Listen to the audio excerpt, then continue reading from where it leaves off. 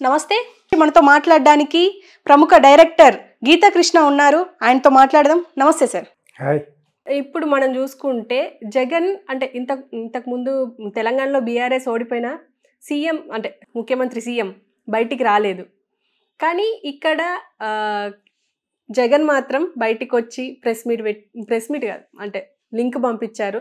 Anyway మాట్లాడారు. ఎవరు జగన్ మాట్లాడమా అంటే ఓడిపోయిన తర్వాత ఊరికనే అతను ఏమంటాడు ఓడిపోయాం అది ఇంత యాబ్సల్యూట్గా అసెంబ్లీలో దాని ఏమంటే ప్రతిపక్ష హోదా కూడా కోల్పోయే లెవెల్లో ఓడిపోయాడు.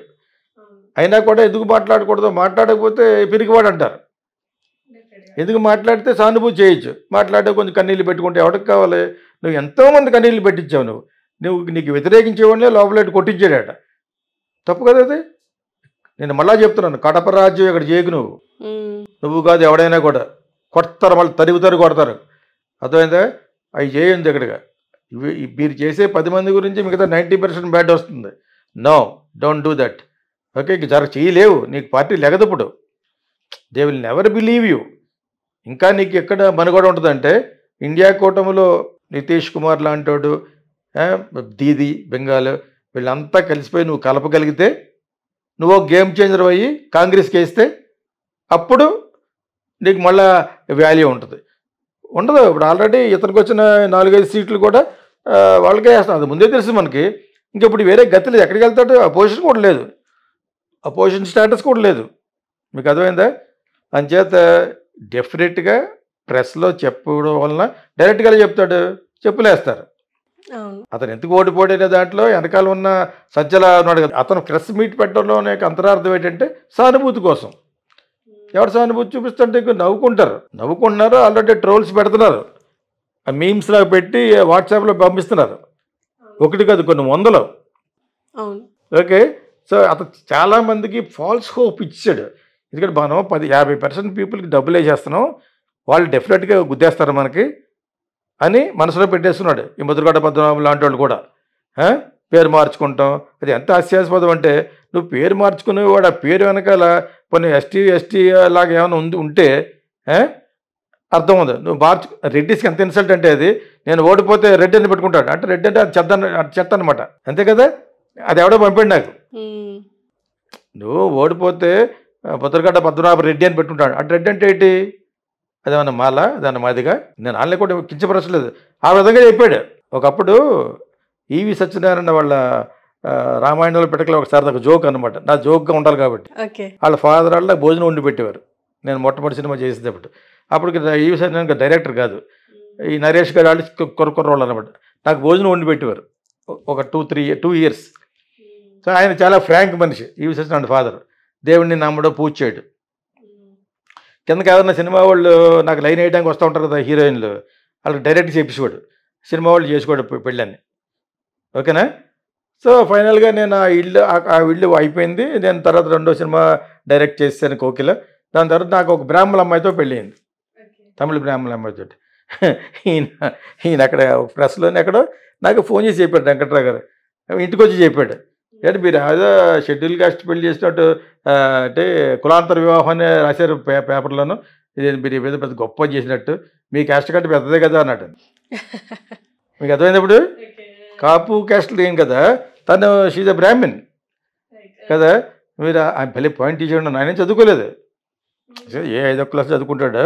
ఆయన అంత ఫ్రాంక్ ఆయన. ఈవి సత్యనారాయణ ఫాదర్ అన్నమాట.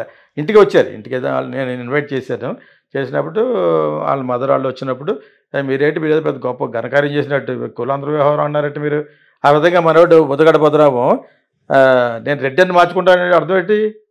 రెడ్డి ఏమైనా షెడ్యూల్ కాస్టా కదా? వాళ్ళు ఎవడో ఖండించలేదు ఇది. అంటే ఎంత మూర్ఖులు అర్థం చేసుకోండి ప్రకారంగాను. రెడ్డిని మార్చుకుని అంటే రెడ్డి ఏమైనా చెట్ట పేరు అయితే అనుకోవచ్చు పోనీ కదా. Reddy is also equal to Kapu only. So అతను ఒకటి ఫూల్ అయిపోయాడు, బకరా అయిపోయాడు, నెంబర్ 1 బకరా అయిపోయాడు. అదే ఇతను నమ్ముకున్న వాళ్ళు అందరూ బకరా అయ్యారు. So we cannot help it. అతనికి ఒక పాఠమే కాదు, ఇది ప్రజలు ఇచ్చిన తీర్పు కాబట్టి ఇప్పుడు రూల్ చేయడానికి వచ్చిన వాళ్ళకి ఒక పాఠం, అది గుణపాఠం. They cannot take it for granted. మనం ఏం చేసినా చెల్లుద్ది అనేది జరగదు. బోడీగా జరగలేదు, నువ్వు కాషాయ వస్త్రాలు వేసుకున్నంత మాత్రం చప్పట్లు కొట్టడం మాత్రం దీపాలు వెలిగించినంత మాత్రం నీకు ఎవరు ఇచ్చారు? ఎవరు ఇవ్వలేదు. మరి ఇప్పుడు ఆ మిగతా ఆ ఎన్డీఏ కూటమి లేకపోతే గెలవడు, అతను ఫామ్ చేయలేడు. రైట్, అవును. అతను వీళ్ళగానే ఆ పక్క వెళ్ళిపోతే వాళ్ళదే గవర్నమెంట్. ఈరోజు రాహుల్ గాంధీ పిలుస్తున్నాడు మిగతా మిత్రులను కూడా కలిస్తే కలవమని. వీళ్ళకి అంత దమ్ము లేదు. చంద్రబాబు నాయుడుకి ఇంకెందుకు దమ్ము లేదని లాకర్ స్టేజ్ ఎక్కడికి చేయొచ్చు కావాలంటే. చంద్రబాబు నాయుడులో మన పవన్ కళ్యాణ్ చేసిన చేయకపోయినా చంద్రబాబు నాయుడుకి వచ్చిన 20 సీట్లు వచ్చినాయి కదా, 20 వచ్చినాయి ఉంటాయి కదా, ఆ పక్క వేసాడంటే వాళ్ళు గెలిచేస్తారు. అతను ఎందుకు ఓడిపోయిన దాంట్లో వెనకాల ఉన్న సజ్జల ఉన్నాడు కదా, అతను ప్రెస్ మీట్ పెట్టడంలో అంతరార్థం ఏంటంటే సానుభూతి కోసం. ఎవరు సానుభూతి చూపిస్తుంటే నవ్వుకుంటున్నారు, ఆల్రెడీ ట్రోల్స్ పెడుతున్నారు. ఓకే, సో అతను చాలామందికి ఫాల్స్ హోప్ ఇచ్చాడు. ఎందుకంటే మనం 50% పీపుల్కి డబ్బులు వేసేస్తున్నాం, వాళ్ళు డెఫినెట్గా గుద్దేస్తారు మనకి అని మనసులో పెట్టేస్తున్నాడు. ఈ ముద్రగడ్డ పద్మనాభం లాంటి వాళ్ళు కూడా పేరు మార్చుకుంటాం. అది ఎంత హాస్యాస్పదం అంటే, నువ్వు పేరు మార్చుకునేవాడు ఆ పేరు వెనకాల కొన్ని ఎస్టీ లాగా ఏమైనా ఉంటే అర్థం ఉంది. నువ్వు రెడ్డిస్కి ఎంత ఇన్సల్ట్ అంటే, అది నేను ఓడిపోతే రెడ్డి అని పెట్టుకుంటాడు అంటే, రెడ్డి అంటే అది చెత్త అనమాట. అంతే కదా, అది ఎవడో పంపాడు నాకు. నువ్వు ఓడిపోతే ముద్రగడ్డ పద్మనాభ రెడ్డి అని పెట్టుకుంటాడు అంటే, రెడ్డి అంటే ఏంటి? అదేమన్నా మాల, అదేమన్నా మాదిగా? నేను ఆన్లైన్ కూడా కించపరచలేదు, ఆ విధంగా చెప్పాడు. ఒకప్పుడు ఈవి సత్యనారాయణ వాళ్ళ రామాయణంలో పెట్టకలే ఒకసారి నాకు జోక్ అనమాట, నా జోక్గా ఉండాలి కాబట్టి. వాళ్ళ ఫాదర్ వాళ్ళ భోజనం వండి పెట్టేవారు నేను మొట్టమొదటి సినిమా చేసేటప్పుడు. అప్పటికి ఈవి సత్యనారాయణ డైరెక్టర్ కాదు, ఈ నరేష్ గారు వాళ్ళు కుర్రోళ్ళు అనమాట. నాకు భోజనం వండి పెట్టేవారు ఒక 2 ఇయర్స్. సో ఆయన చాలా ఫ్రాంక్ మనిషి ఈవి సత్యనారాయణ ఫాదర్. దేవుడిని నమ్మడం, పూజ చేయడు. కిందకి ఏదన్నా సినిమా వాళ్ళు నాకు లైన్ వేయడానికి వస్తూ ఉంటారు కదా హీరోయిన్లు, వాళ్ళకి డైరెక్ట్ చేపించుకోడు, సినిమా వాళ్ళు చేసుకోడు పెళ్ళని. ఓకేనా? సో ఫైనల్గా నేను ఆ ఇల్లు అయిపోయింది. నేను తర్వాత 2వ సినిమా డైరెక్ట్ చేశాను కోకిల. దాని తర్వాత నాకు ఒక బ్రాహ్మణ అమ్మాయితో పెళ్ళయింది, తమిళ బ్రాహ్మణ అమ్మాయితో. ఈయన అక్కడ ప్రెస్లోనే ఎక్కడో నాకు ఫోన్ చేసి చెప్పాడు వెంకట్రావు గారు, ఇంటికి వచ్చి చెప్పాడు, అంటే మీరు ఏదో షెడ్యూల్ కాస్ట్ పెళ్లి చేసినట్టు అంటే కులాంతర వివాహం అని రాశారు పేపర్లోను, ఇది మీరు ఏదో పెద్ద గొప్ప చేసినట్టు, మీ క్యాస్ట్ కంటే పెద్దదే కదా అన్నాడు. మీకు అర్థమైంది? ఇప్పుడు కాపు క్యాస్ట్లు ఏం కదా, తను షీజ్ అ బ్రాహ్మిన్ కదా. మీరు ఆయన పెళ్ళి పాయింట్ తీసేయండి, ఆయన చదువుకోలేదు, ఏ 5వ క్లాస్ చదువుకుంటాడు. ఆయన అంత ఫ్రాంక్ ఆయన. ఈవి సత్యనారాయణ ఫాదర్ అన్నమాట. ఇంటికి వచ్చారు, ఇంటికి ఏదో నేను ఇన్వైట్ చేశాను. చేసినప్పుడు వాళ్ళ మదర్ వాళ్ళు వచ్చినప్పుడు, మీరేంటి మీరు ఏదో పెద్ద గొప్ప ఘనకార్యం చేసినట్టు కులాంతర వ్యవహారం అన్నారంటే మీరు. ఆ విధంగా మనోడు ముద్రగడ్డ పద్మనాభం నేను రెడ్డి అని మార్చుకుంటానని అర్థం ఏంటి? రెడ్డి ఏమైనా షెడ్యూల్ కాస్టా కదా? వాళ్ళు ఎవడో ఖండించలేదు ఇది. అంటే ఎంత మూర్ఖులు అర్థం చేసుకోండి ప్రకారంగాను. రెడ్డిని మార్చుకుని అంటే రెడ్డి ఏమైనా చెట్ట పేరు అయితే అనుకోవచ్చు పోనీ కదా. Reddy is also equal to Kapu only.